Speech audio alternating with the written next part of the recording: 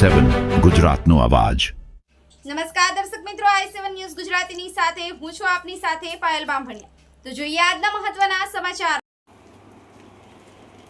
રેતી માટી ખનનની જાણ કરવા ફોન કરો તો અધિકારીઓ ફોન ન ઉપાડે।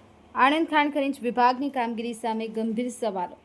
આણંદ જિલ્લામાં આવેલ ગંભીરા બામણગામ મહીસાગર નદીમાં ગેરકાયદેસર રેતી ખનનને લઈને ખાણ ખનીજ વિભાગની કામગીરી સામે ફરી એકવાર સવાલો ઉઠ્યા છે। આણંદની મદદનીશ ભૂસ્તર શાસ્ત્રી કચેરી ભૂસ્તર વિજ્ઞાન અને ખનિજ ખાતા ખાતે ગેરકાયદેસર રેતી કે માટીનું ખનન થતું હોવાની માહિતી આપવા માટે કેટલાક અરજદારો દ્વારા સંબંધિત અધિકારીઓનો ફોન પર સંપર્ક કરવાનો પ્રયાસ કરવામાં આવ્યો હતો। જોકે અરજદારોનો આક્ષેપ છે કે અનેક વખત ફોન કરવા છતાં જવાબદાર અધિકારીઓ ફોન ઉપાડતા નથી। જો નાગરિક ગેરકાયદેસર ખનનની માહિતી તંત્ર સુધી પહોંચાડવા માંગતા હોય અને તેમને અધિકારીઓનો સંપર્ક કરવામાં જ મુશ્કેલી પડે તો સવાલ સ્વાભાવિક રીતે ઊભો થાય છે કે ગેરકાયદેસર ખનન સામેની ફરિયાદો આખરી પહોંચાડવી ક્યાં। 53 લાખના મુદ્દામાલ બાદ ફરી ખનન શરૂ થયાના આક્ષેપો। થોડા દિવસ અગાઉ આણંદ જિલ્લા કલેક્ટર શ્રીના માર્ગદર્શન હેઠળ ખાણ ખનીજ વિભાગ દ્વારા ગંભીરા મહીસાગર નદીમાં ગેરકાયદેસર રેતી ખનન પર દરોડો પાડવામાં આવ્યો હતો।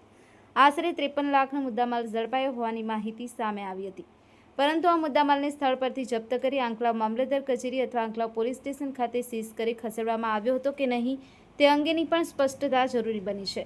જો જપ્ત કરાયેલ મુદ્દામાલ સ્થળ નજીક જ રાખવામાં આવ્યો તો તેની સુરક્ષા અને જપ્તી પ્રક્રિયા અંગે જિલ્લા તંત્ર શું કહે છે?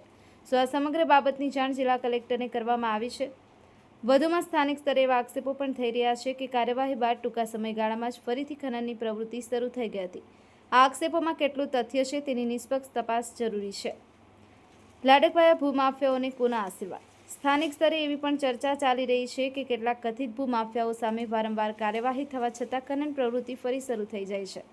તાજેતરમાં ગંભીરા નદીમાં બીટુ નામના ભૂમાફિયા ફરી એકવાર ખાણ ખનીજ વિભાગ દ્વારા દરોડો પાડવામાં આવ્યો હોવાની માહિતી સામે આવી છે, પરંતુ કાર્યવાહી અંગે વિભાગ દ્વારા સત્તાવાર રીતે કેટલી જપ્તી કરવામાં આવી, કેટલો મુદ્દામાલ ઝડપાયો અને કોના વિરુદ્ધ કાર્યવાહી કરવામાં આવી તે અંગે પૂરતી માહિતી જાહેર કરવામાં આવી નથી। આ પરિસ્થિતિમાં લોકમુખે એવી ચર્ચા પણ ચાલી રહી છે કે શું ખાણ ખનીજ વિભાગમાં કોઈ પ્રકારની ગેરરીતિ થઈ રહી છે? ગેરકાયદેસર ખનનની ફરિયાદો માટે જવાબદાર અધિકારીઓ અથવા હેલ્પલાઇન કઈ છે? નાગરિકો ફરિયાદ કરે ત્યારે તેમના ફોનનો જવાબ કેમ મળતો નથી? અગાઉ ઝડપાયેલા 53 લાખના મુદ્દામાલની જપ્તી અને સુરક્ષા અંગેની પ્રક્રિયા શું હતી? કાર્યવાહી બાદ ફરી ખનન શરૂ થયાના આક્ષેપોની હકીકત શું છે? તાજેતરના દરોડા અંગે સત્તાવાર માહિતી જાહેર કેમ કરવામાં આવી નથી? ખનન પ્રવૃત્તિઓમાં કોઈ અધિકારીની મિલીભગત છે કે કેમ? આ તમામ સવાલોના જવાબ તપાસ બાદ સ્પષ્ટ થઈ શકે તેમ છે। આ સમગ્ર મામલે ખાણ ખનીજ વિભાગના જવાબદાર અધિકારીઓનો સત્તાવાર પક્ષ સામે આવવો અત્યંત જરૂરી છે, જેથી હકીકત શું છે તે જનતા સમક્ષ સ્પષ્ટ થઈ શકે। હવે જોવાનું એ છે કે જિલ્લા કલેક્ટર કચેરીએ આ ગંભીર આક્ષેપોની કેટલી ગંભીરતાથી નોંધ લે છે અને સુનિષ્પક્ષ તપાસ કરવામાં આદેશ આપવામાં આવે છે। Bureau chief Narendra Sharma, i7 news Gujarati, Anand.